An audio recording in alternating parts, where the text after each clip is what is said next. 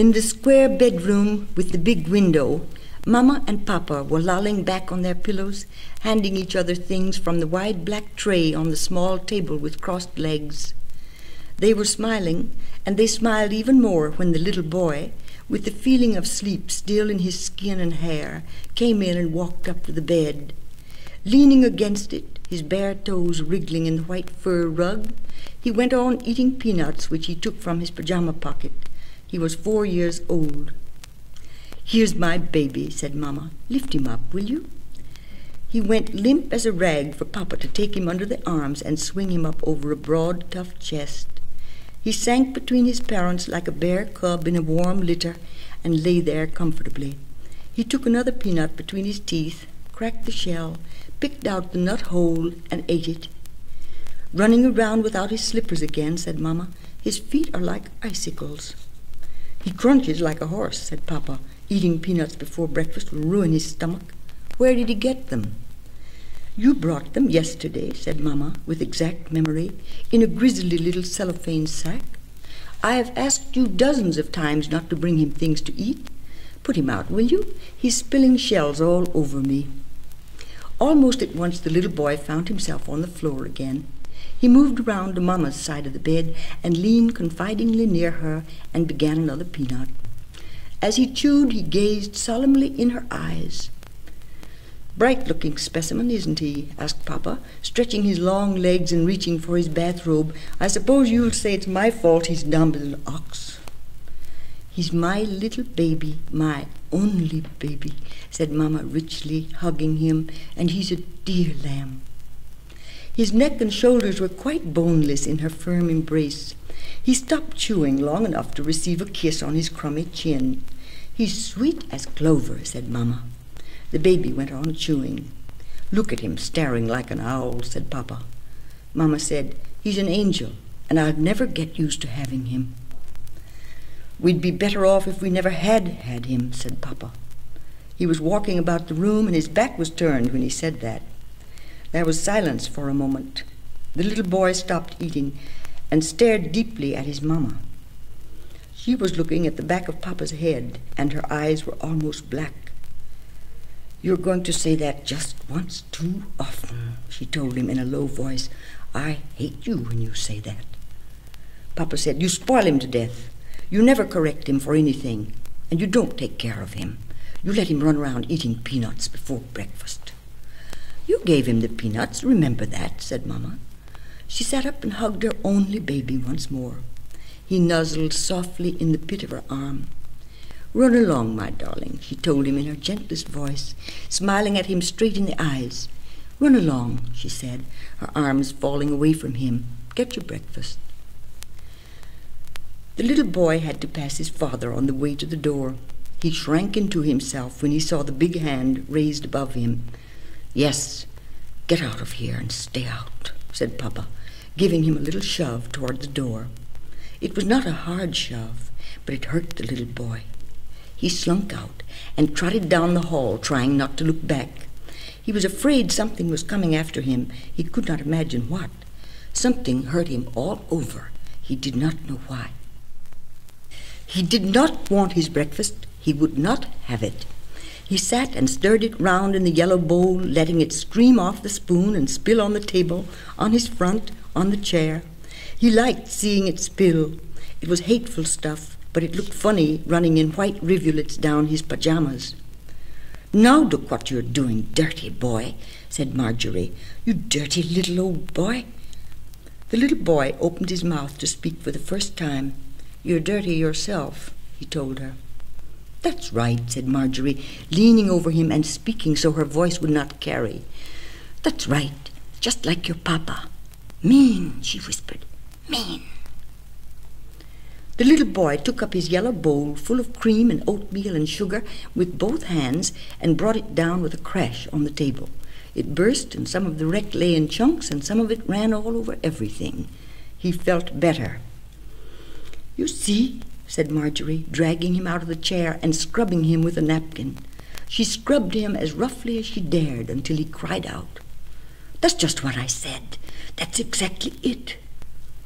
Through his tears he saw her face terribly near, red and frowning under a stiff white band, looking like the face of somebody who came at night and stood over him and scolded him when he could not move or get away. Just like your papa. Mean. The little boy went out into the garden and sat on a green bench, dangling his legs. He was clean. His hair was wet, and his woolly blue pullover made his nose itch. His face felt stiff from the soap. He saw Marjorie going past the window with the black tray. The curtains were still closed at the window he knew opened into Mama's room, Papa's room, Mama and Papa's room. The word was pleasant. It made a mumbling, snapping noise between his lips. It ran in his mind while his eyes wandered about, looking for something to do, something to play with. Mama and Papa's voices kept attracting his attention. Mama was being cross with Papa again. He could tell by the sound. That was what Marjorie always said when their voices rose and fell and shot up to a point and crashed and rolled like the two tomcats who fought at night. Papa was being cross too, much crosser than Mama this time. He grew cold and disturbed and sat very still, wanting to go to the bathroom, but it was just next to Mama and Papa's room. He didn't dare think of it. As the voices grew louder, he could hardly hear them anymore. He wanted so badly to go to the bathroom. The kitchen door opened suddenly, and Marjorie ran out, making the motion with her hand that meant he was to come to her. He didn't move. She came to him, her face still red and frowning, but she was not angry. She was scared just as he was. She said, "Come on, honey, we got to go to your grandma's again." She took his hand and pulled him. "Come on, quick, your grandma's waiting for you." He slid off the bench. His mother's voice rose in a terrible scream, screaming something he could not understand, but she was furious. He had seen her clenching her fists and stamping in one spot, screaming with her eyes shut. He knew how she looked. She was screaming in a tantrum, just as he remembered having heard himself. He stood still, doubled over, and all his body seemed to dissolve sickly from the pit of his stomach. "Oh, my God," said Marjorie. "Oh, my God, now look at you. Oh, my God, I can't stop to clean you up." He did not know how he got to his grandmother's house at last, but he was there, wet and soiled, being handled with disgust in the big bathtub. His grandma was there in long black skirts, saying, "Maybe he's sick. Maybe we should send for the doctor." "I don't think so, Ma'am," said Marjorie. "He hasn't ate anything. He's just scared." The little boy couldn't raise his eyes. He was so heavy with shame. "Take this note to his mother," said Grandma. She sat in a wide chair and ran her hands over his head, combing his hair with her fingers. She lifted his chin and kissed him. "Poor little fellow," she said. "Never you mind. You always have a good time at your grandma's, don't you? You're going to have a nice little visit, just like the last time." The little boy leaned against the stiff, dry-smelling clothes and felt horribly grieved about something. He began to whimper and said, "I'm hungry. I want something to eat." This reminded him. He began to bellow at the top of his voice. He threw himself upon the carpet and rubbed his nose in a dusty, woolly bouquet of roses. "I want my peanuts," he howled. "Somebody took my peanuts."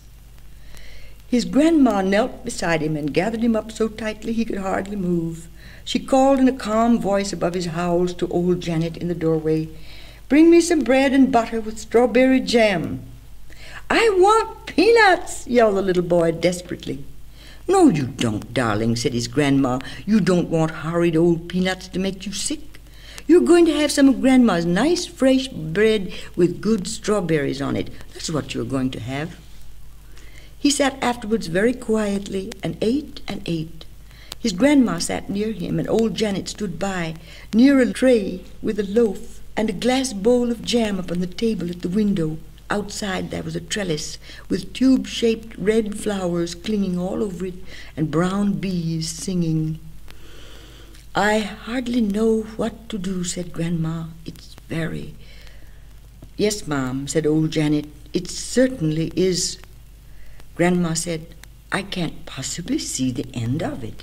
It's a terrible—" "It certainly is bad," said old Janet. "All this upset all the time, and him such a baby." Their voices ran on soothingly. The little boy ate and forgot to listen. He did not know these women, except by name. He could not understand what they were talking about. Their hands and their clothes and their voices were dry and far away. They examined him with crinkled eyes without any expression that he could see. He sat there waiting for whatever they would do next with him. He hoped they would let him go out and play in the yard. The room was full of flowers and dark red curtains and big soft chairs, and the windows were open, but it was still dark in there somehow, dark, and a place he did not know or trust. "Now drink your milk," said old Janet, holding out a silver cup. "I don't want any milk," he said, turning his head away. "Very well, Janet, he doesn't have to drink it," said Grandma quickly. "Now run out in the garden and play, darling. Janet, get his hoop." A big strange man came home in the evenings who treated the little boy very confusingly. "Say please and thank you, young man," he would roar terrifyingly when he gave any smallest object to the little boy. "Well, fellow, are you ready for a fight?" he would say again, doubling up huge hairy fists and making passes at him. "Come on now, you must learn to box." After the first few times, this was fun. "Don't teach him to be rough," said Grandma. "Time enough for all that." "Now, Mother, we don't want him to be a sissy," said the big man. "He's got to toughen up early. Come on now, fellow, put up your mitts." The little boy liked this new word for hands. He learned to throw himself upon the strange big man whose name was Uncle David and hit him on the chest as hard as he could. The big man would laugh and hit him back with his huge loose fists. Sometimes, but not often, Uncle David came home in the middle of the day. The little boy missed him on the other days and would hang on the gate looking down the street for him. One evening he brought a large square package under his arm. "Come over here, fellow, and see what I've got," he said, pulling off quantities of green paper and string from the box, which was full of flat folded colors. He put something in the little boy's hand. It was limp and silky and bright green with a tube on the end. "Thank you," said the little boy nicely, but not knowing what to do with it. "Balloons," said Uncle David in triumph. "Now, just put your mouth here and blow hard." The little boy blew hard, and the green thing began to grow round and thin and silvery. "Good for your chest," said Uncle David. "Blow some more." The little boy went on blowing, and the balloon swelled steadily. "Stop," said Uncle David. "That's enough." He twisted the tube to keep the air in. "That's the way," he said. "Now, I'll blow one and you blow one, and let's see who can blow up a big balloon the fastest." They blew and blew, especially Uncle David. He puffed and patted and blew with all his might, but the little boy won. His balloon was perfectly round before Uncle David could even get started.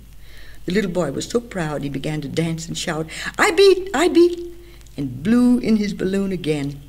It burst in his face and frightened him so he felt sick. "Ha, ha, ha, ho," whooped Uncle David. "That's the boy. I bet I can't do that. Now let's see." He blew until the beautiful bubble grew and wavered and burst into thin air, and there was only a small colored rag in his hand. This was a fine game. They went on with it until Grandma came in and said, "Time for supper now. No, you can't blow balloons at the table. Tomorrow, maybe." And it was all over. The next day, instead of being given balloons, he was hustled out of bed early, bathed in warm soapy water, and given a big breakfast of soft-boiled eggs with toast and jam and milk. His grandma came to kiss him good morning. "And I hope you'll be a good boy and obey your teacher," she told him. "What's teacher?" asked the little boy.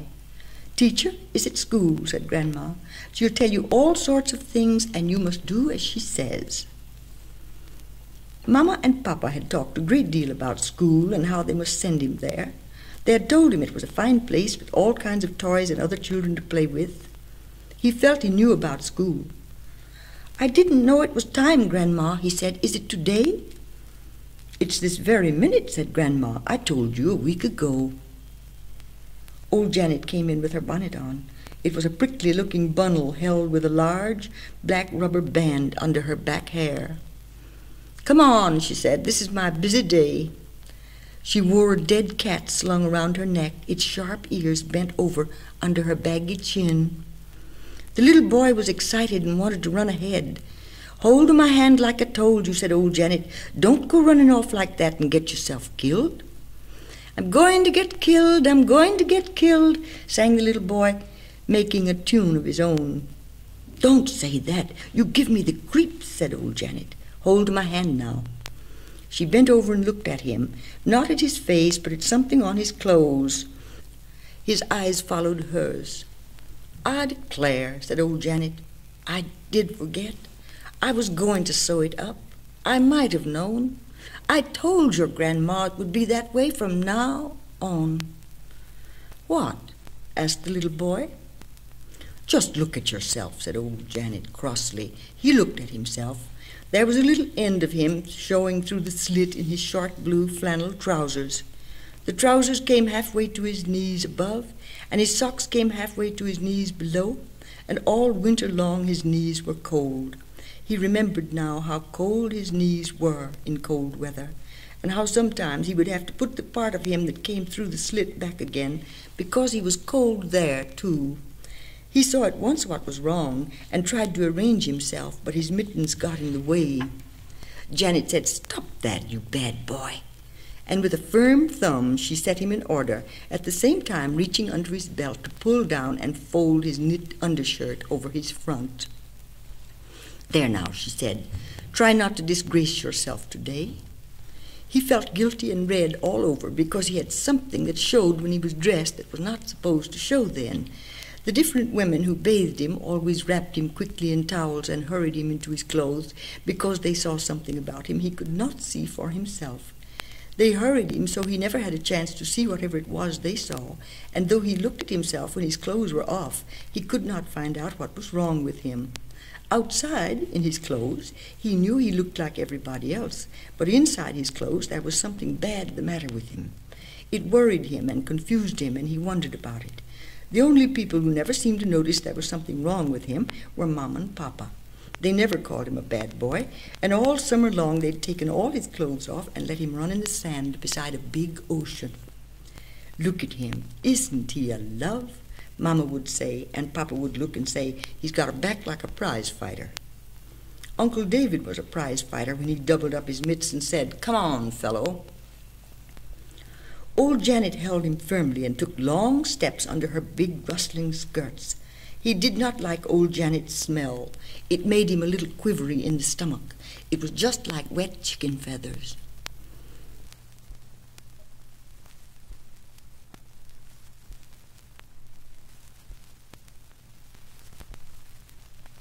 Child can do, up in the air and over the wall, till I can see so wide, rivers and trees and...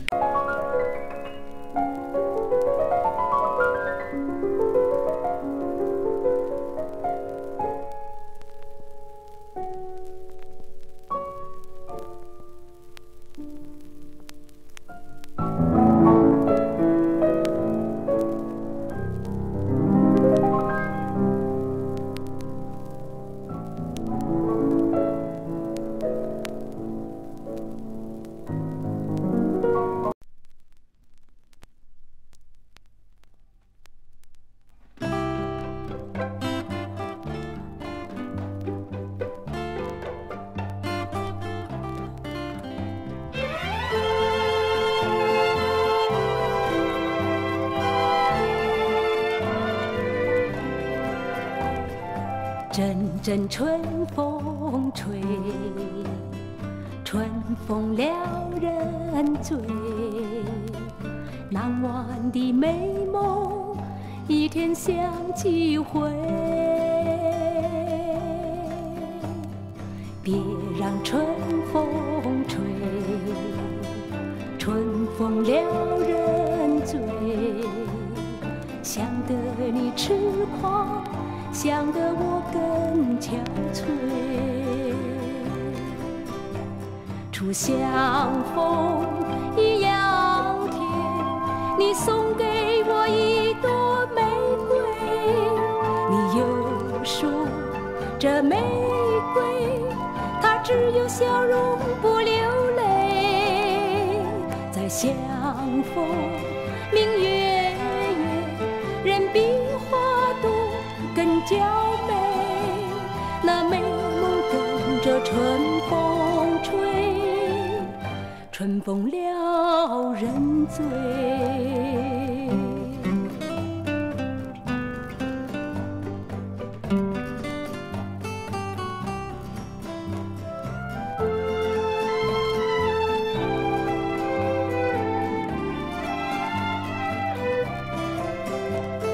阵阵春风吹，春风撩人醉。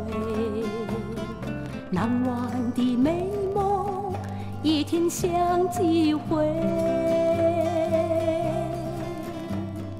别让春风吹，春风撩人醉。想得你痴狂，想得我更憔悴。初相逢一样甜，你送给我一朵玫瑰。你又说这玫瑰它只有笑容不流泪。再相逢明月夜，人比花朵更娇美。那美梦跟着春风吹，春风撩人醉，春风撩人醉，春风撩人醉。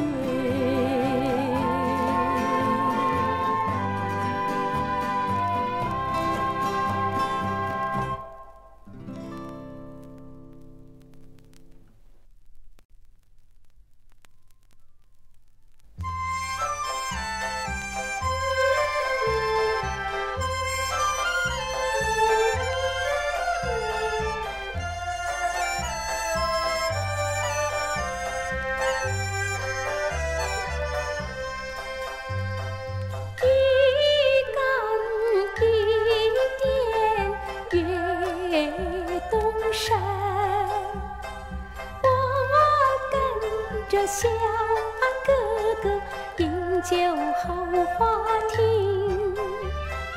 花对花儿吻着，哥呀，你看我的脸儿红，一呼呀呼嗨，耳根耳边月当头，我陪着小哥哥去呀嘛上高楼，高楼实在高啊，哥呀，你扶着我的腰，一呼呀呼嗨。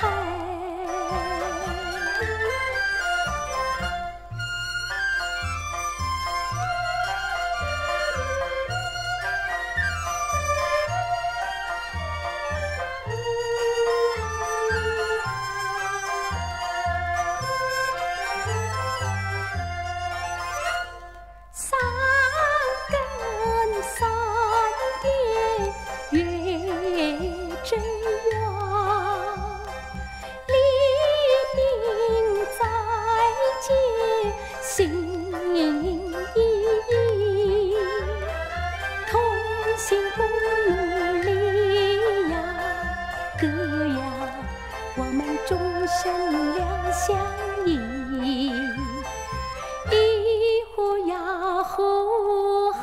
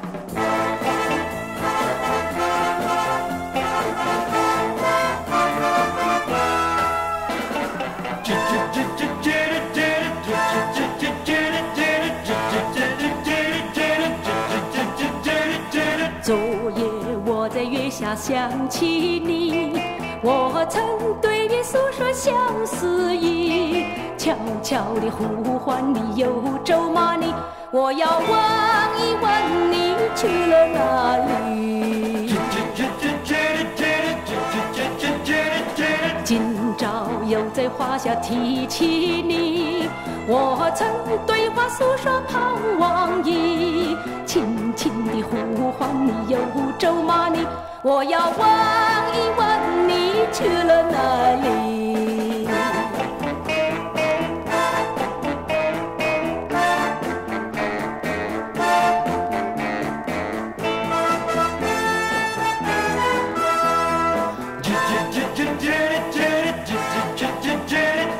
问你为何一去无消息？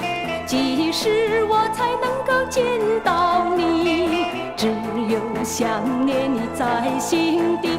我要问一问你去了哪里？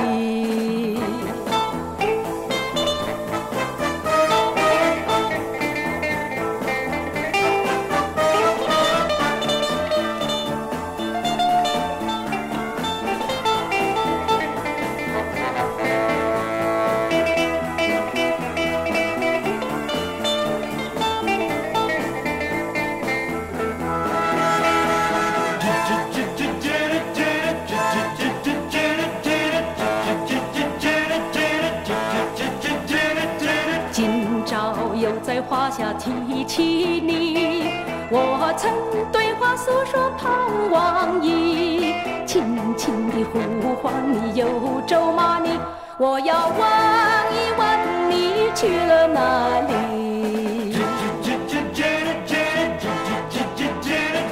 问你为何一去无消息？几时我才能够见到你？只有想念你在心底。我要问一问你去了哪里？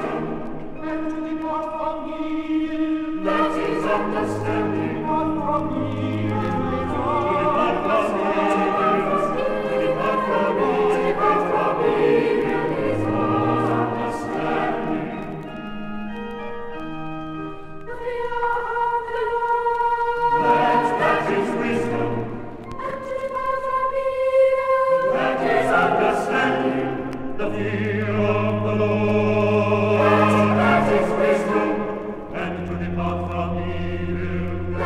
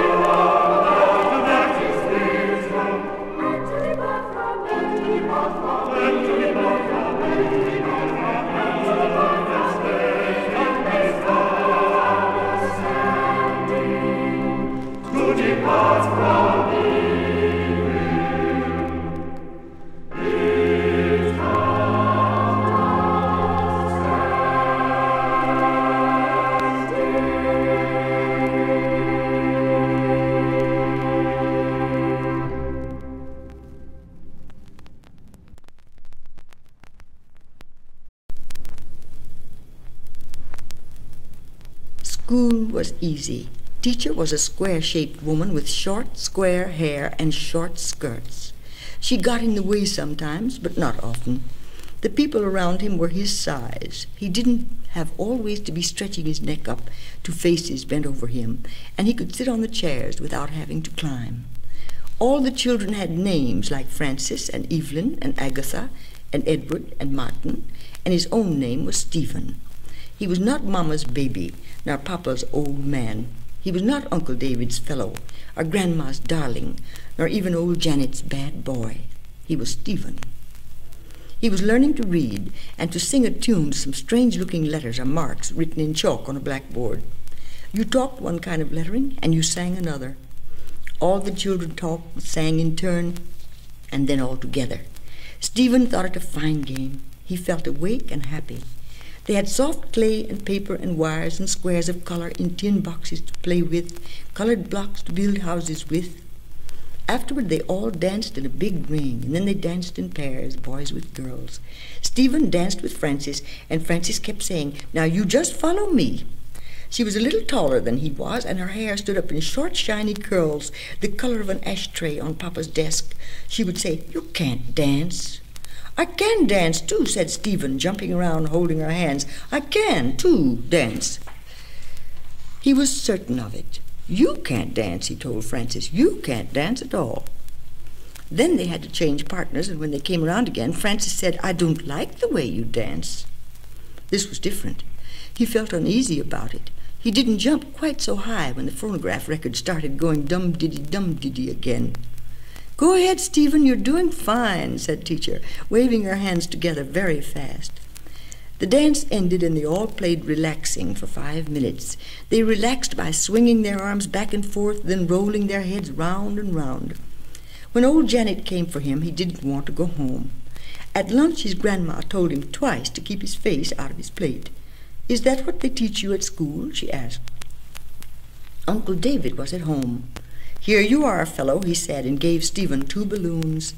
"Thank you," said Stephen. He put the balloons in his pocket and forgot about them.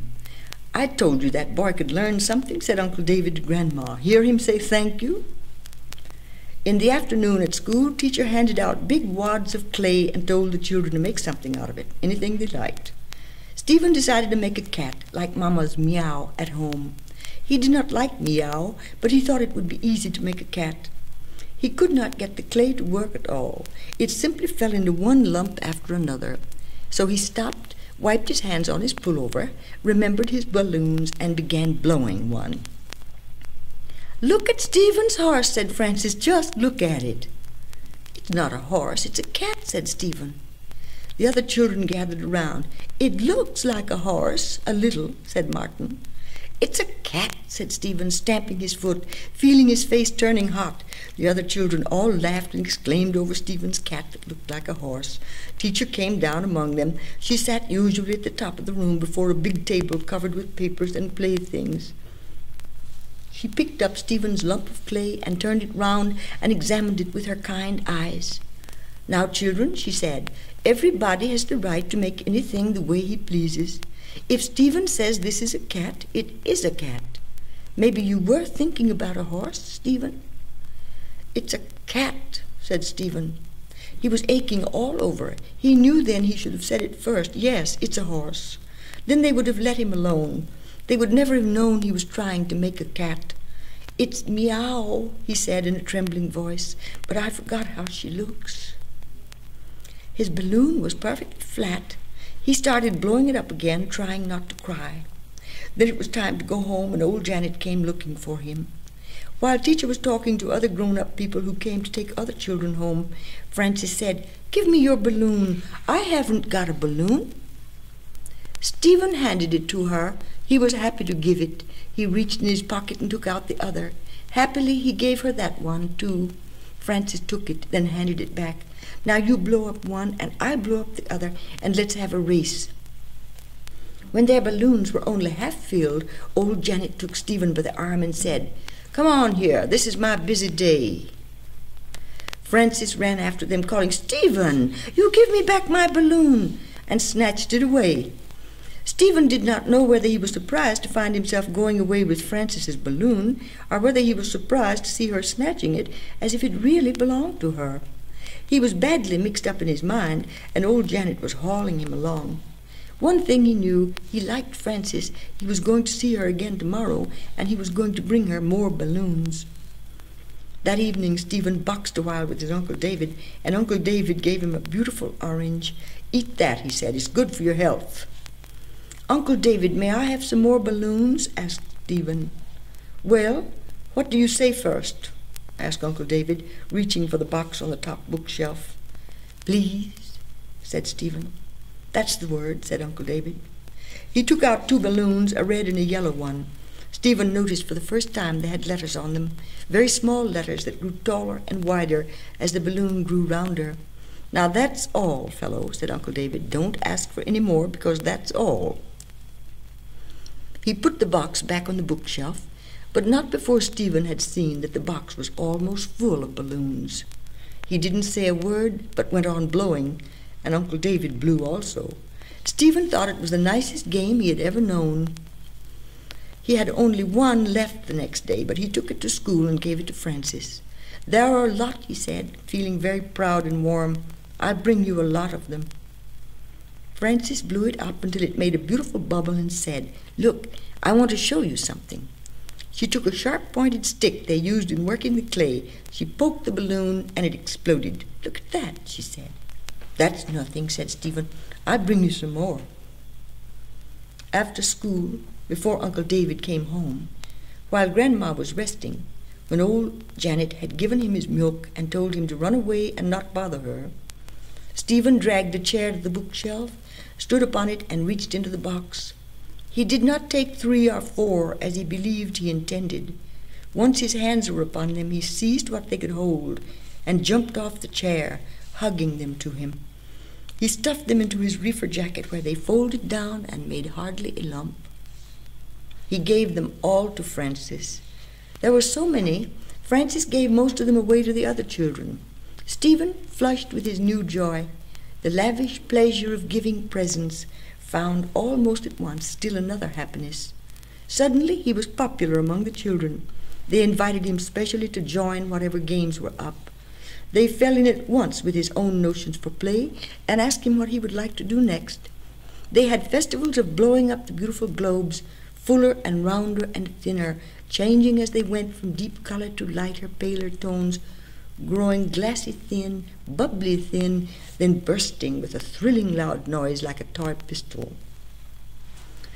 For the first time in his life, Stephen had almost too much of something he wanted, and his head was so turned he forgot how this fullness came about and no longer thought of it as a secret. The next day was Saturday, and Frances came to visit him with her nurse.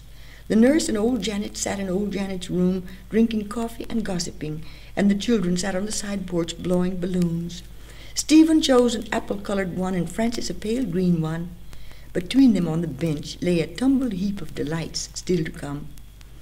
"I once had a silver balloon," said Frances, "a beautiful silver one, not round like these. It was a long one. But these are even nicer, I think," she added quickly, for she did want to be polite. "When you get through with that one," said Stephen, gazing at her with the pure bliss of giving added to loving, "you can blow up a blue one, and then a pink one, and a yellow one, and a purple one." He pushed the heap of limp objects toward her. Her clear-looking eyes, with fine little rays of brown in them like the spokes of a wheel, were full of approval for Stephen. "I wouldn't want to be greedy, Stephen, and blow up all your balloons." "There'll be plenty more left," said Stephen, and his heart rose under his thin ribs. He felt his ribs with his fingers and discovered with some surprise that they stopped somewhere in front, while Frances sat blowing balloons rather half-heartedly. The truth was, she was tired of balloons. After you blow 6 or 7, your chest gets hollow and your lips feel puckery. She had been blowing balloons steadily for 3 days now. She had begun to hope they were giving out. "There's boxes and boxes more of them," Frances said, Stephen happily. "Millions more. I guess they'll last and last if we didn't blow too many every day." Frances said somewhat timidly, "I'll tell you what.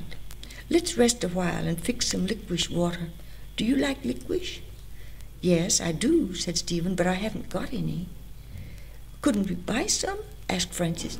It's only a cent a stick, the nice rubbery, twisty kind. We can put it in a bottle with some water and shake it, and it makes foam on top like soda pop, and we can drink it. I'm kind of thirsty, she said in a small, weak voice. Blowing balloons all the time makes you thirsty, I think. Stephen, in silence, realized a dreadful truth, and a numb feeling crept over him. He did not have a cent to buy licorice for Francis, and she was tired of his balloons. This was the first real dismay of his whole life, and he aged at least a year in the next minute, huddled, with his deep, serious blue eyes focused down his nose in intense speculation. What could he do to please Francis that would not cost money? Only yesterday Uncle David had given him a nickel, and he had thrown it away on gumdrops. He regretted that nickel so bitterly his neck and forehead were damp. He was thirsty, too. I tell you what, he said, brightening with a splendid idea, lamely trailing off on second thought. I know something we can do. I am thirsty, said Francis with gentle persistence. I think I'm so thirsty, maybe I'll have to go home. She did not leave the bench, though, but sat, turning her grieved mouth toward Stephen. Stephen quivered with the terrors of the adventure before him, but he said boldly, I'll make some lemonade. I'll get sugar and lemons and some ice, and we'll have lemonade. Oh, I love lemonade, cried Francis. I'd rather have lemonade than licorice. You stay right here, said Stephen, and I'll get everything. He ran around the house, and under old Janet's window he heard the dry, chattering voices of the two old women whom he must outwit.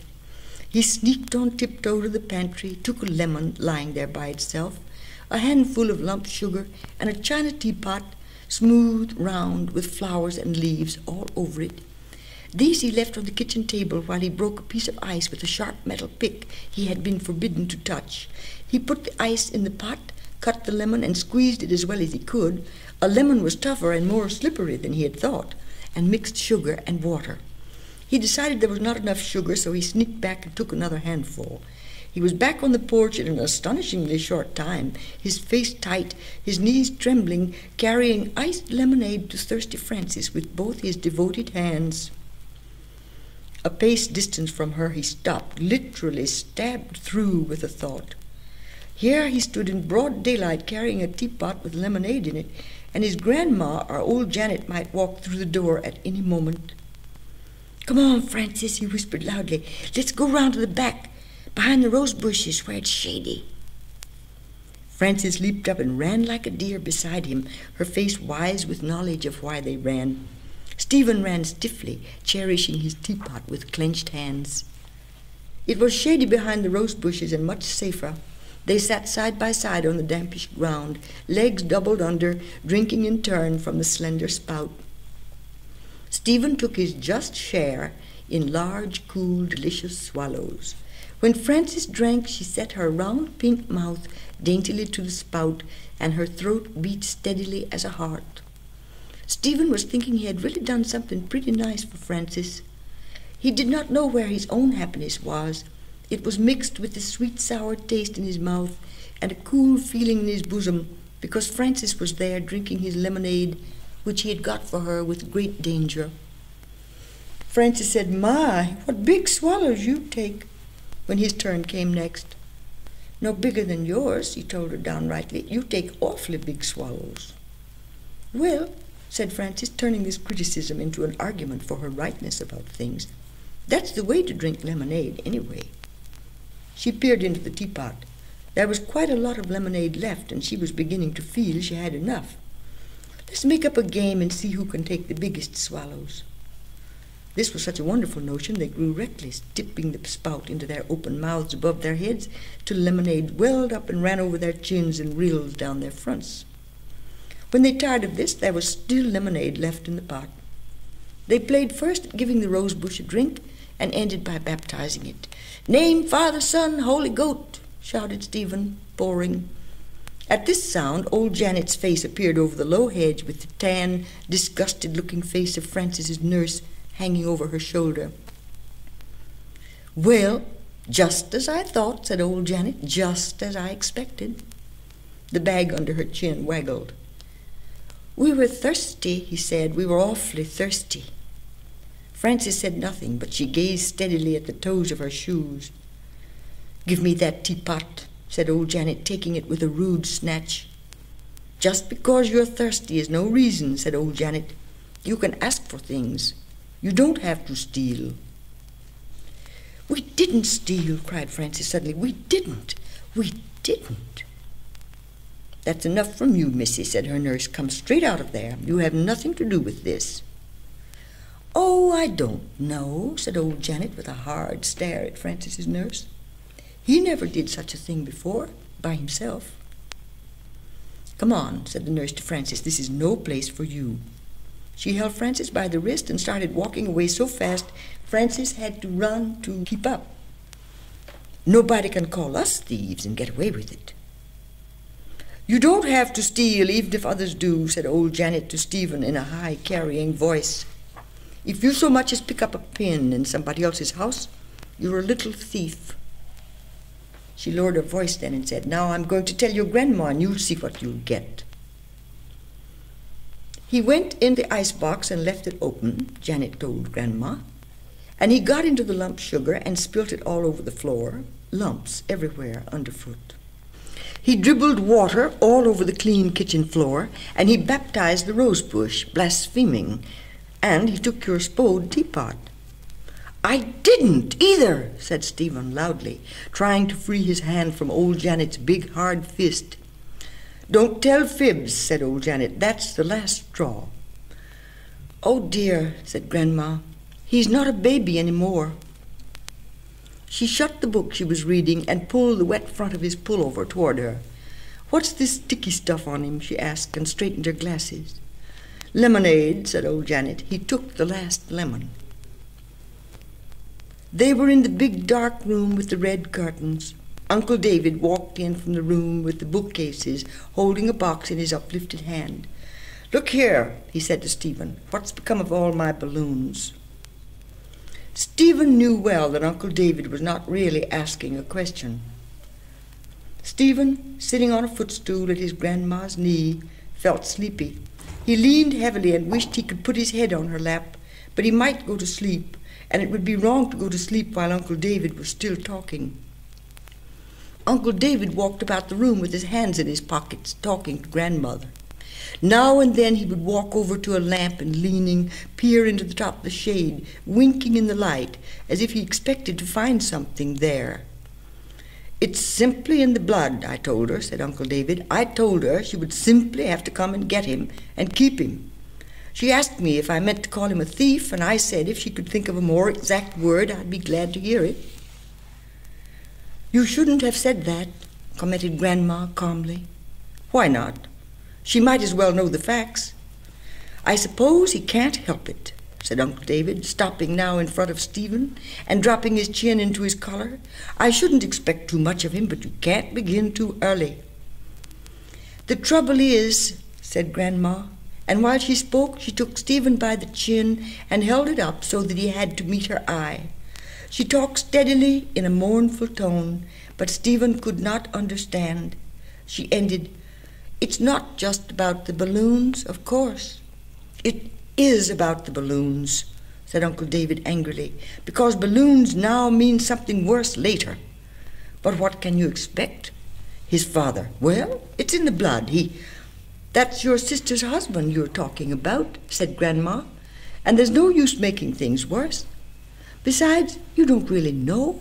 "I do know," said Uncle David. And he walked again very fast, walking up and down. Stephen tried to understand, but the sounds were strange and floating just over his head. They were talking about his father, and they did not like him. Uncle David came over and stood above Stephen and Grandma. He hunched over them with a frowning face, a long crooked shadow from him falling across them to the wall. To Stephen he looked like his father, and he shrank against his grandma's skirts. "The question is what to do with him now," asked Uncle David. "If we keep him here, he'll just be I won't be bothered with him. Why can't they take care of their own child?" That house is crazy. Too far gone already, I'm afraid. No training, no example. You're right. They must take him and keep him, said Grandma. She ran her hands over Stephen's head. Tenderly she pinched the nape of his neck between thumb and forefinger. You're your grandma's darling, she told him, and you've had a nice long visit, and now you're going home. Mama is coming for you in a few minutes. Won't that be nice? I want my mama, said Stephen, whimpering, for his grandmother's face frightened him. There was something wrong with her smile. Uncle David sat down. Come over here, fellow, he said, wagging a forefinger at Stephen. Stephen went over slowly, and Uncle David drew him between his wide knees in their loose, rough clothes. You ought to be ashamed of yourself, he said, stealing Uncle David's balloons when he'd already given you so many. It wasn't that, said Grandma quickly. Don't say that. It will make an impression. I hope it does, said Uncle David in a louder voice. I hope he remembers it all his life. If he belonged to me, I'd give him a good thrashing. Stephen felt his mouth, his chin, his whole face jerking. He opened his mouth to take a breath, and tears and noise burst from him. Stop that, fellow, stop that, said Uncle David, shaking him gently by the shoulders. But Stephen could not stop. He drew his breath again, and it came back in a howl. Old Janet came to the door. Bring me some cold water, called Grandma. There was a flurry, a commotion, a breath of cool air from the hall. The door slammed, and Stephen heard his mother's voice. His howl died away, his breath sobbed and fluttered. He turned his dimmed eyes and saw her standing there. His heart turned over within him, and he bleated like a lamb, Mama! Running toward her. Uncle David stood back as Mama swooped in and fell on her knees beside Stephen. She gathered him to her and stood up with him in her arms. What are you doing to my baby? She asked Uncle David in a thickened voice. I should never have let him come here. I should have known better. You always should know better, said Uncle David, and you never do, and you never will. You haven't got it here, he told her, tapping his forehead. David, said Grandma, that's your... Yes, I know she's my sister, said Uncle David. I know it. But if she must run away and marry a... Shut up, said Mama. And bring more like him into the world. Let her keep them at home. I say let her keep... Mama set Stephen on the floor, and holding him by the hand, she said to Grandma, all in a rush, as if she were reading something, Goodbye, Mother, this is the last time, really the last. I can't bear it any longer. Say goodbye to Stephen now. You'll never see him again. You let this happen. It's your fault. You knew David was a coward and a bully and a self-righteous little beast all his life, and you never crossed him in anything. You let him bully me all my life, and you let him slander my husband and call my baby a thief, and now this is the end. He calls my baby a thief over a few horrible little balloons because he doesn't like my husband. She was panting and staring about from one to the other. They were all standing. Now Grandma said, Go home, daughter. Go away, David. I'm sick of your quarreling. I've never had a day's peace or comfort from either of you. I'm sick of you both. Now let me alone and stop this noise. Go away, said Grandma in a wavering voice. She took out her handkerchief and wiped first one eye and then the other, and said, All this hate, what is it for? So this is the way it turns out. Well, let me alone. You and your little advertising balloons, said Mama to Uncle David. The big, honest businessman advertises with balloons. If he loses one, he'll be ruined. And your beastly little moral notions. Grandma went to the door to meet old Janet, who handed her a glass of water. Grandma drank it all, standing there. Is your husband coming for you, or are you going home by yourself? She asked Mama. I'm driving myself, said Mama in a faraway voice, as if her mind had wandered. You know he wouldn't set foot in this house.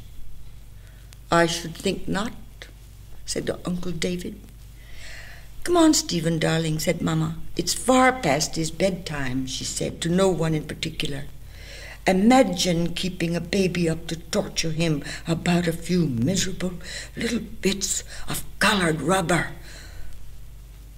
She smiled at Uncle David with both rows of teeth as she passed him on the way to the door, keeping between him and Stephen. Oh, where would we be without high moral standards, she said. And then to Grandma, "Good night, Mother," in quite her usual voice. "I'll see you in a day or so." "Yes, indeed," said Grandma cheerfully, coming out into the hall with Stephen and Mama.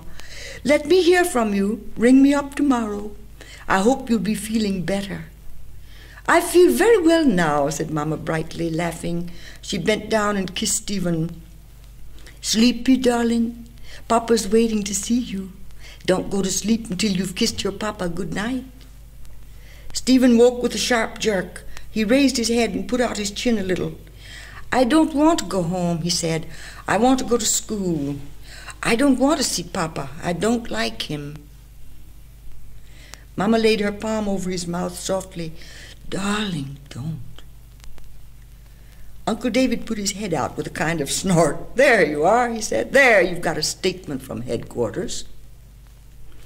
Mama opened the door and ran, almost carrying Stephen. She ran across the sidewalk, jerking open the car door and dragging Stephen in after her. She spun the car around and dashed forward so sharply, Stephen was almost flung out of the seat. He sat braced then with all his might, hands digging into the cushions. The car speeded up and the trees and houses whizzed by, all flattened out. Stephen began suddenly to sing to himself, a quiet inside song so Mama would not hear. He sang his new secret. It was a comfortable, sleepy song. "I hate Papa, I hate Mama, I hate Grandma, I hate Uncle David, I hate old Janet, I hate Marjorie, I hate Papa, I hate Mama." His head bobbed, leaned, came to rest on Mama's knee, eyes closed. Mama drew him closer and slowed down, driving with one hand.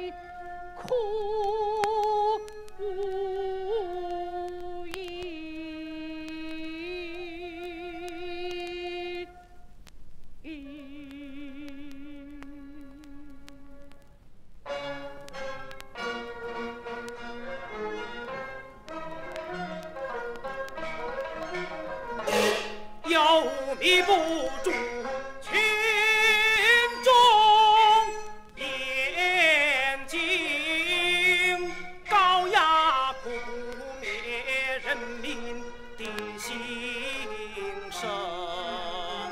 敬爱的周总理，革命人民怀念您，革命人民怀念您。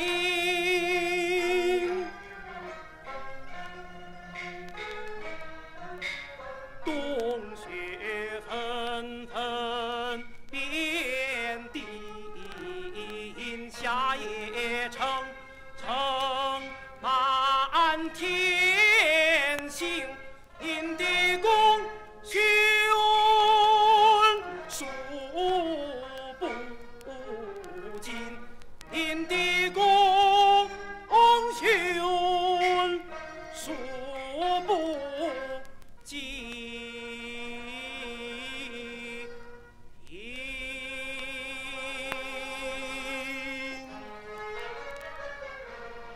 敬爱的周总理，您紧跟领袖毛主席英勇奋战，历尽艰辛。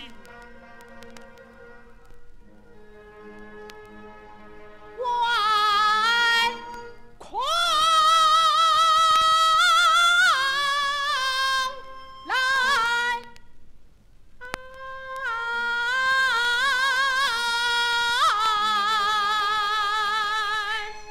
先生革命，天津血场。